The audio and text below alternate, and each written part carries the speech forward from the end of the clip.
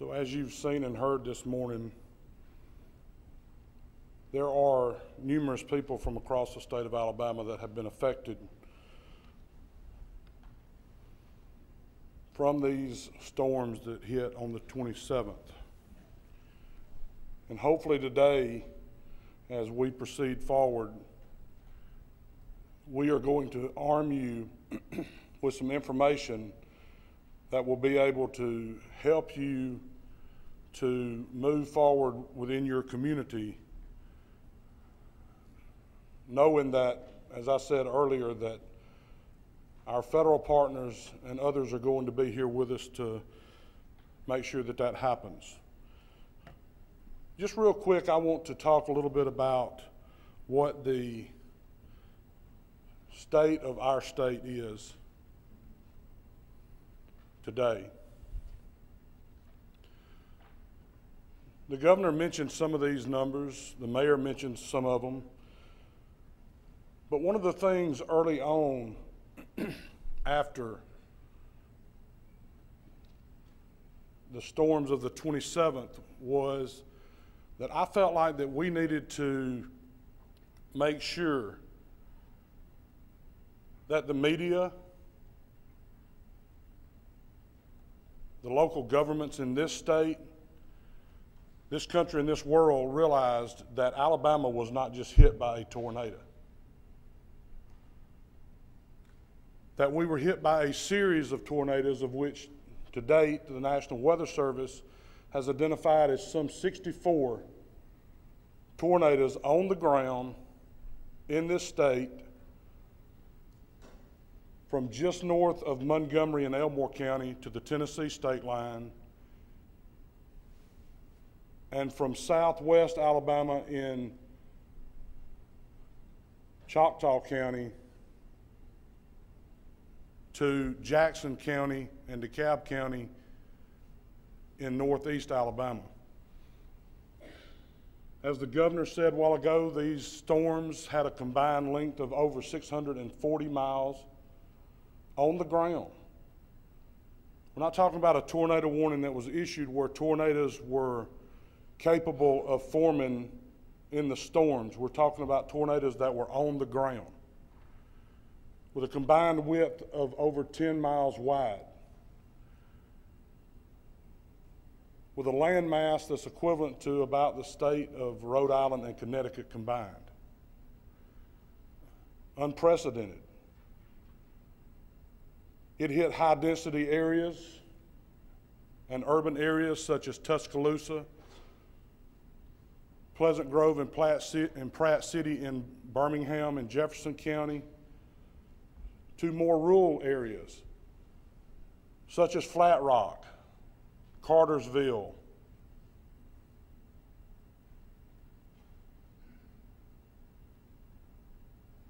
and as the governor stated, unfortunately, we sustained over 241 or over 240 fatalities, with over 2,000 seriously injured. Those fatalities came from some 19 counties within our state.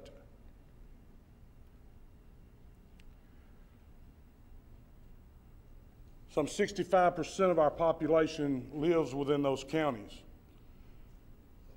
So the governor asked for and the president granted an expedited disaster major declaration.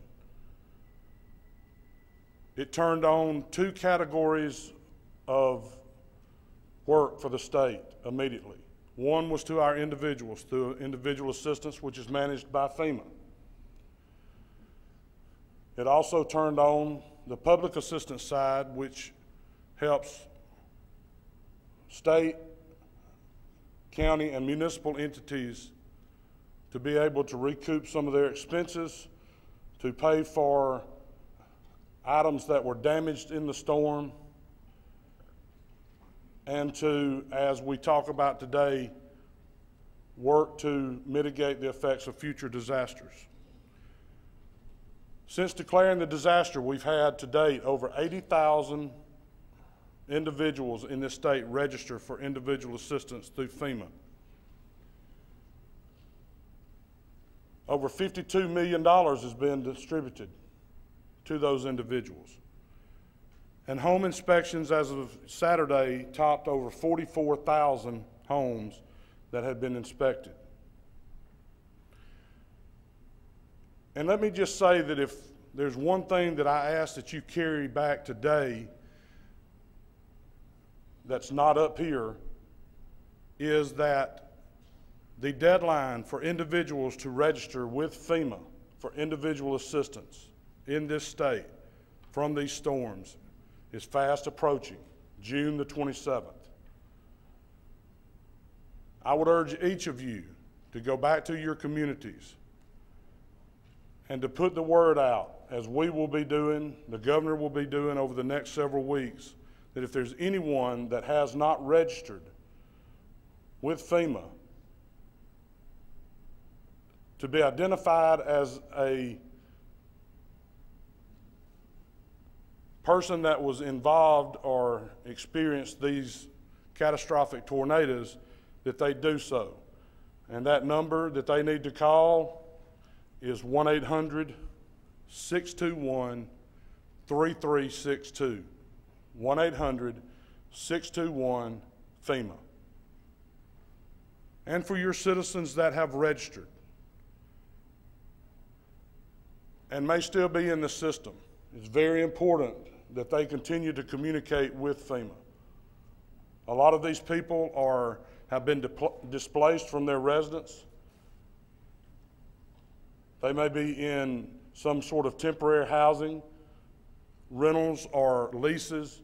So make sure that they are communicating with FEMA where they will know where they are located. And if by chance they get a letter that says that they are not qualified or do not qualify currently for assistance, if they feel that they do qualify, please follow back up with FEMA to make sure that there's not just a missing piece of information or something has just fallen through the cracks that we really need to look at to make sure that those people are eligible for assistance.